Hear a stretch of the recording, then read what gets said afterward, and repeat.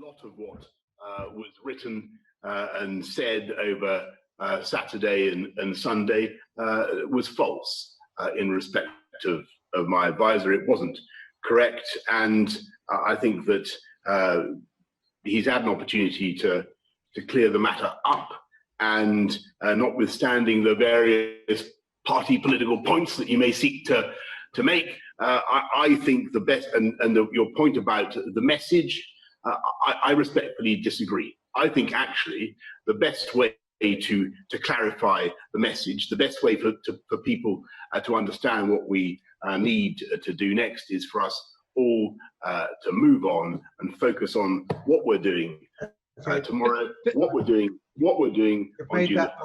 Sorry, Prime Minister, I mean, have you had a look at your inbox? My inbox, like MPs across the UK, is filled with people listing their sacrifices to follow the instructions that you set.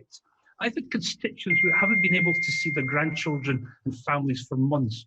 People not being able to visit dying relatives or attend funerals. Do you know what this looks like to them? One rule for those at the heart of government and another rule for everyone else. He won't say sorry. Will you say sorry on his behalf? Well, of course, Pete, I am sorry for the pain, as I say, the anguish and the heartbreak of so many people in this country.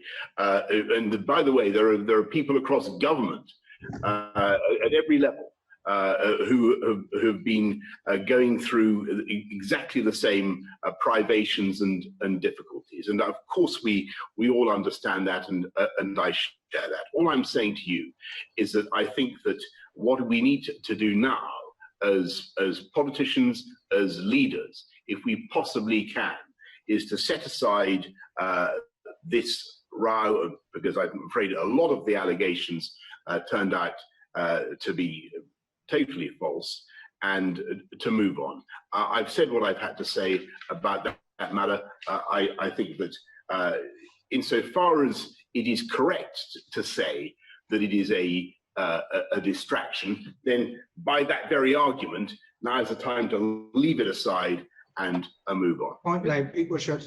But this is just growing and growing, Prime Minister. The anger is reaching fever pitch. Writing this out just looks like petulant defiance. It's almost like you're now goading the nation. You know that eventually you will have to let him go. Why don't you now just get on with it? Anything to add, Prime Minister? Pete, thank you so much for your point. I consider that to be, very, it's a valuable piece of you're making a political point and a piece of political advice. I consider that this government, what this government needs to do is focus. I don't on the needs of the nation, on sorting out this problem, and on getting our message across, and that's what we're going to do.